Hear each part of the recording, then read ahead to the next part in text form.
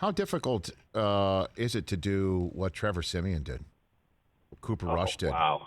I mean, how tough is that? It's extremely hard. It's extremely hard because you don't get the reps in practice. That's the biggest thing. I was on the radio last night talking about this.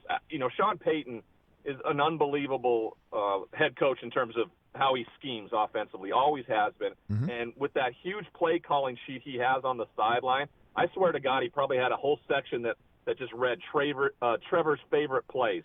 And when he got in, he just ran those that he knew Trevor was really, really good at, and they accomplished it. For whatever reason, Sean Payton and the New Orleans Saints and Coach Allen on the defensive side of everything, boy, they just have Tom Brady and Tampa Bay's number during the regular season. Right. So that has to be tempered a little bit. But, all these backup quarterbacks that got in and got opportunities, I tell you what, the talent is always there. The reason you're in the NFL is because you have talent. From A to Z, they're good. It's just a matter of whether or not they get the opportunity. And when they get that opportunity, they make the most of it. If Drew Bledsoe doesn't go out, I don't know. I don't know if we see Tom Brady that season. And I don't know what that looks like down the future.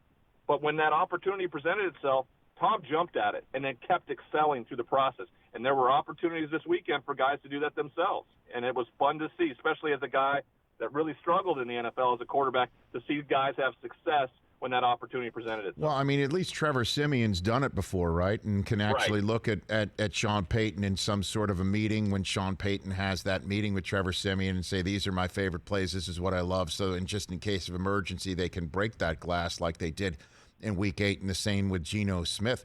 Cooper Rush had never started in the NFL before. Neither had Mike White, who even got a cup of coffee against the Patriots, and that was very eye-opening for a lot. But Cooper Rush hadn't thrown a pass in the NFL. He threw 3 back in 2017.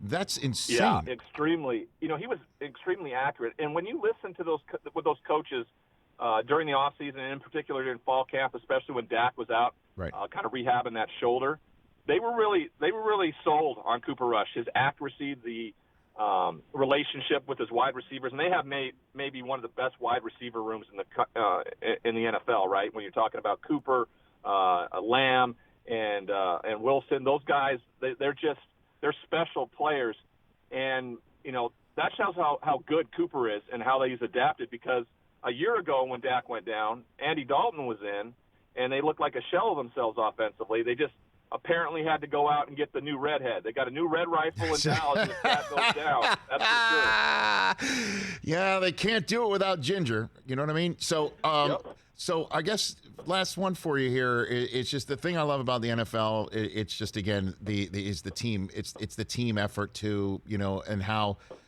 when you have a team win, how it feels, and then when you have a team win that celebrates the individual achievement of somebody who works so hard, and the team has a front row seat as how hard this person works to either stay with the team or work hard to make sure that the team isn't let down when they have that opportunity, and then they win. What do you think? What was it like in that locker room for the Jets and for the Cowboys and for the Saints and for the Seahawks?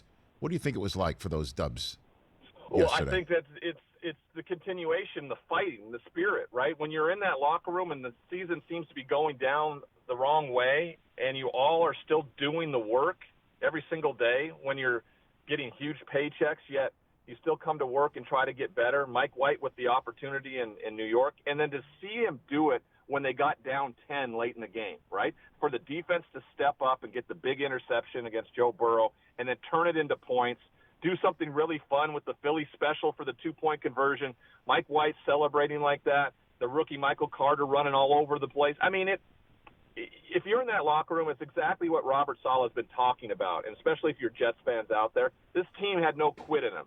And I think years past, when the season started to go downhill, and Rolling Rock started picking up more and more moss, they tended to quit. And this didn't happen. They're playing arguably one of the best teams in the AFC yesterday, and they just fought tooth and nail to get the win. Same in Seattle with Geno Smith and that defense against Jacksonville. All of those things are huge. It makes Dallas a very big contender when your backup quarterback can go and do what he did. Micah Parsons may have been the best draft pick last year in the draft, and the impact he's had on that team defensively. So just a ton of fun. New Orleans continues to I think that hangover is going to ultimately set in when they know they've lost Jameis Winston for the season with the ACL. But Trevor Siemian really, really stepped up in a big way against the defending champions and the GOAT.